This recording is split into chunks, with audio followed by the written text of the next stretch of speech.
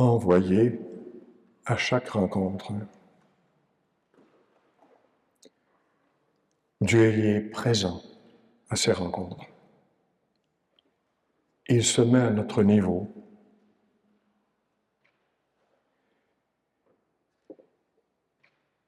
Il écoute les questions. Il maintient la relation même s'il y a de la haine. Il prend soin de ses disciples. Et ce soir, le Seigneur Jésus parle sincèrement et en toute amitié. Comme je l'ai fait les autres soirs, je m'attarde au texte de l'Évangile. J'essaie de voir une correspondance dans l'histoire de Sainte Anne et dans mon histoire de famille.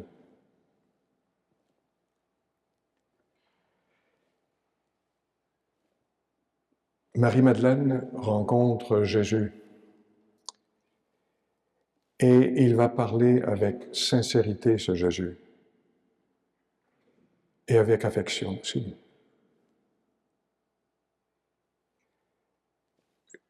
Marie-Madeleine, elle est proche de Jésus. Toutes sortes d'interprétations ont vu le jour à partir de cet évangile et d'autres traces de Marie-Madeleine dans les Écritures. Il y a plusieurs Maries qui suivaient Jésus. On va essayer de s'attarder à celle qui s'appelle Marie-Madeleine, parce qu'il y a aussi Marie de Béthanie, la sœur de Lazare, il y a la mère de Jésus, etc. Marie-Madeleine, elle va au tombeau de grand matin, ce dimanche de Pâques, et elle découvre le tombeau vide. Le corps de Jésus n'est plus là.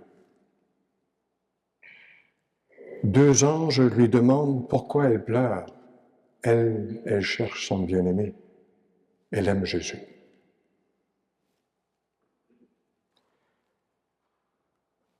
Les anges posent la question, « Qui cherches-tu »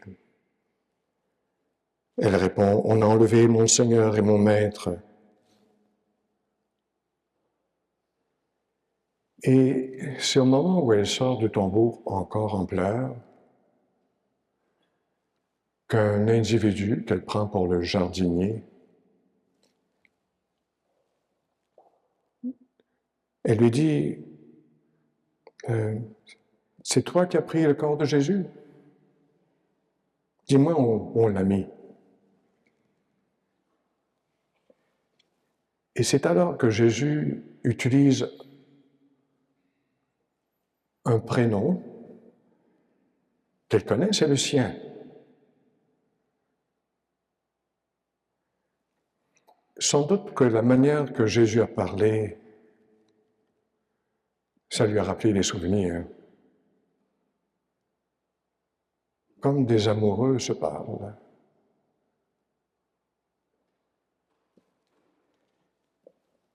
Mais retenons que sans sa foi en Jésus, elle ne l'aurait pas reconnu. C'est comme ça dans tous les récits des apparitions du ressuscité. Thomas comme les autres. Les témoins d'Emmaüs, pareil. Tant qu'il n'y a pas cette attitude de foi de la part de la personne, ils ne reconnaissent pas le ressuscité. Et la réponse de Marie-Madeleine à Jésus, qui l'a appelé par son petit nom, elle va dire Rabouni. Une manière de dire rabbin, mais d'une manière pleine d'affection, pleine de solennité. Dans mon langage, je dirais mon amour. mon maître, vraiment. D'ailleurs, il y a une controverse au sujet de ce baiser de Marie-Madeleine. Nous, on pense que c'est un geste d'affection, mais dans la mentalité juive, pensez à un autre baiser pour comprendre. Le baiser de Judas, qui permet aux soldats de reconnaître Jésus. C'est l'attitude du disciple envers le maître. Voilà le vrai sens culturel pour les Juifs de ce temps. Et pour nous qui voyons le geste posé, ça montre le lien entre Marie-Madeleine et Jésus. C'est son maître.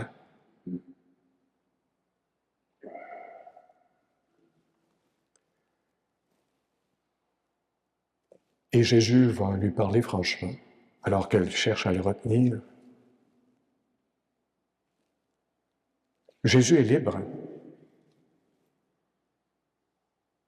Il l'invite à aller dire à ses frères, les apôtres, la belle rencontre qu'il vient d'avoir avec le ressuscité.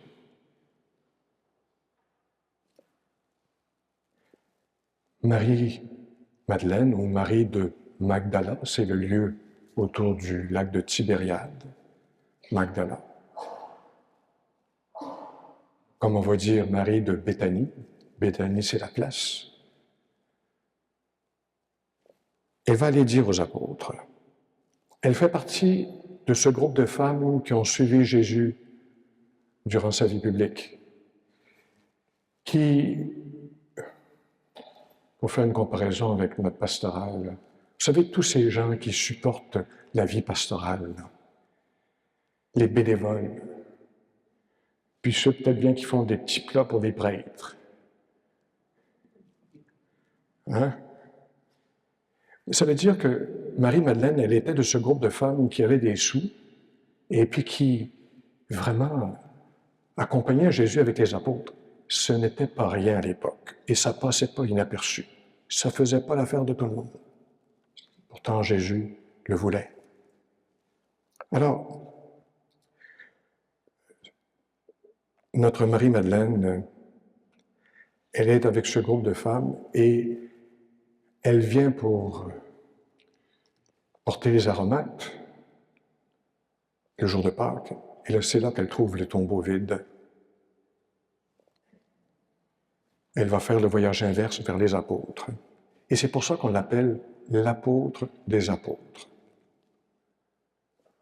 Elle va inviter les apôtres à aller de l'avant, à annoncer la bonne nouvelle. Jésus est mort et ressuscité. Si elle est capable de faire ça, c'est son grand amour. Elle aime. Pensez-y dans votre vie. Quand est-ce que vous avez l'énergie pour faire des choses? Quelqu'un qui est amoureux, hein? Il y en a de l'énergie. Il y a du pétillant dans les yeux. Dans le cas de Marie-Madeleine, ça se manifeste aussi dans la durée. Elle persiste et signe. C'est pas les soldats qui l'ont empêché d'aller au tombeau. Et c'est pas personne qui va l'arrêter dans sa mission parce qu'elle aime. C'est vital, c'est viscéral. Comme une mère qui porte son enfant. Elle qui a accompagné Jésus dans son ministère, elle est présente jusqu'au bout. Et elle va retourner rencontrer les apôtres. Imaginez la rencontre avec les apôtres. Ils sont enfermés, tout heureux. Elle est pleine de vie.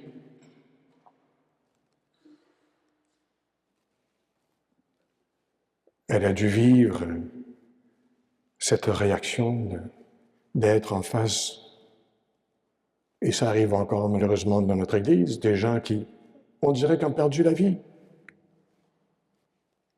Ils ne savent plus en qui ils croient. Ou ils ont perdu la flamme de leur amour.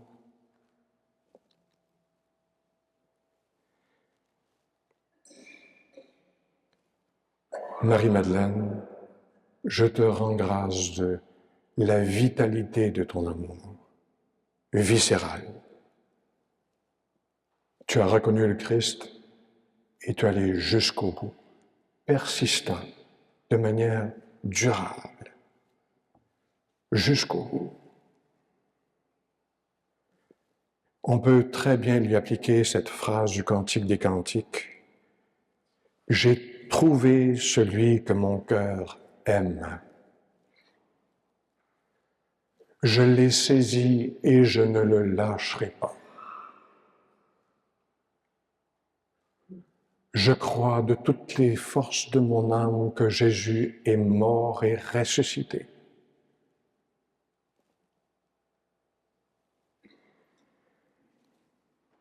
Demandons cette même vitalité amoureuse envers le Sauveur.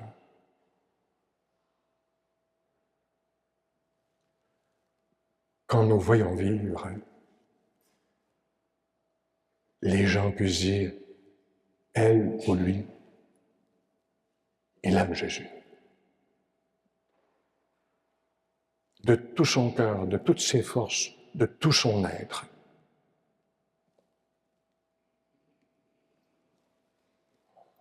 Voilà pour Marie-Madeleine. Petite histoire pour continuer avec Marie-Madeleine. J'en viens au culte des saints. De même que Marie-Madeleine, son culte s'est répandu un peu partout autour du bassin méditerranéen, de même le culte envers Sainte Anne, la grand-mère de Jésus. Pour donner un exemple, si vous allez en France, en Provence, il y a un sanctuaire de la Sainte Baume qui rappelle la présence de Marie-Madeleine, qu'on croit avoir évangélisé cette contrée. Ça veut dire qu'autour du bassin méditerranéen, la vitalité des premiers témoins de l'Évangile, ça s'est répandu par ce grand bassin de communication qui est la Méditerranée. Et pas juste la Méditerranée. Vous, des gens du bas du fleuve, la navigation, ça vous dit quelque chose. Vous savez que les matières entrent et sortent par le fleuve. C'est un canal de communication. Même chose en ce temps-là. Pas juste pour le bassin méditerranéen, pour la sortie du bassin méditerranéen pour aller jusqu'en Bretagne. Et c'est là qu'on trouve le culte de Sainte Anne. J'aimerais vous parler particulièrement de Sainte Anne d'Orée.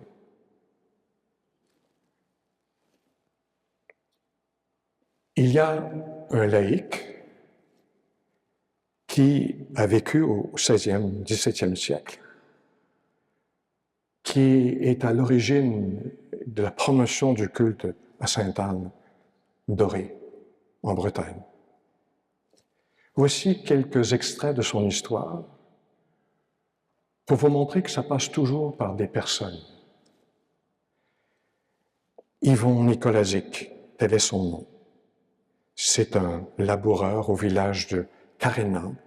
Il est marié à Guillemette Leroux. Il n'a pas d'enfant, mais vit au sein d'une large maisonnée composée de sa sœur, de son beau-frère et de plusieurs domestiques. Réputé être un homme sage, vertueux, avisé et pieux, il a une dévotion particulière pour Sainte Anne. Voilà que en août 1623, alors qu'il travaille avec ses bœufs à labourer et qu'il est accompagné de son beau-frère Leroux, il vit une dame majestueuse, rayonnante de lumière, qui souriait, mais ne parlait point. Les mois suivants, cette dame, qui va finir par apprendre que c'est Sainte Anne, se manifeste bien des fois à Nicolazic, soit à la fontaine, soit chez lui, ou encore près de la croix, sur la route du Pleuneret, appelée à partir de ce moment la croix Nicolazic. Voilà que dans la nuit qui précède la fête de Sainte-Anne, 1624 ou 25, cette voix l'interroge pour savoir s'il avait entendu que, pas loin de là, se trouvait une ancienne chapelle dédiée à Sainte-Anne, sur lequel champ se trouve encore une statue. Le 5 mars 1625, la voix, lui, certifia qu'il y avait 924 ans et 6 mois que la chapelle de Madame Sainte-Anne s'y était trouvée. C'est dire que le culte à Sainte-Anne remonte au 1er siècle. Et voilà que Nicolazic, en trouvant le lieu de cette chapelle, va mousser le culte chez les Bretons. Et aujourd'hui, il y a une basilique. Les Bretons y ont une fête annuelle très importante. À partir de la découverte de la statue, le 7 mars de l'an 1625. Voilà pour Nicolazic. Et les colons français, avant de venir en Nouvelle-France au XVIIe siècle, ils passaient par Sainte-Anne-d'Auray. C'est par là que ça nous est arrivé. Et maintenant, dans ma famille, je vous ai raconté un extrait de la funéraille de mon grand-père. Tout de suite après la célébration, ma grand-mère rassemble mes oncles et tantes autour de la table, et comme j'étais prêtre, elle m'invite à participer au rendez-vous. Et là, j'ai vu l'inquiétude de mes oncles et tantes pour savoir qu'est-ce qui arriverait à ma chère grand-mère, avancée en âge. Et je l'ai vu dire d'un ton très respectueux à ses propres enfants, mes oncles et tantes, « Là, vous vous inquiétez de ce qui va m'arriver. » Et elle parle très franchement, « Les derniers mois avec votre père, là, ça a été difficile. Vous savez, il n'entendait pas, il ne voyait pas. J'ai besoin d'un temps de repos. J'ai déjà ma place dans un lieu. Ne vous inquiétez pas de moi. » Le calme se fut. Mémé avait parlé. Et ça a été comme ça pour les 12 années qui ont suivi avant sa mort. Le médecin qui l'accompagnait, une dame, me racontait que Amélie l'a fait venir quelques jours avant de décéder. Et elle dit au médecin, « Là, je vais vous dire, là, je ne vais pas souffrir, mais je ne vais pas perdre la tête non plus. »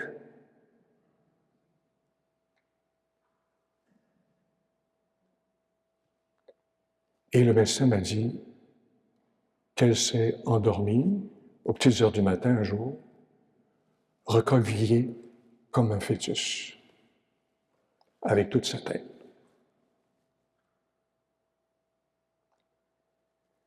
Je veux rendre grâce pour le témoignage de cette femme qui a vécu sa vie jusqu'au bout,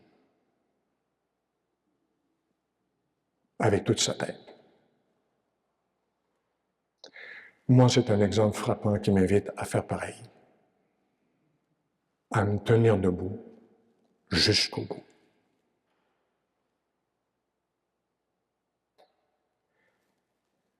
Voilà la foi qui m'a été léguée. Merci Seigneur du témoignage de mes grands-parents. Que mes frères et sœurs en Jésus-Christ, en cette fête de Marie-Madeleine, accueillent ce témoignage et qu'eux-mêmes aillent jusqu'au bout par amour.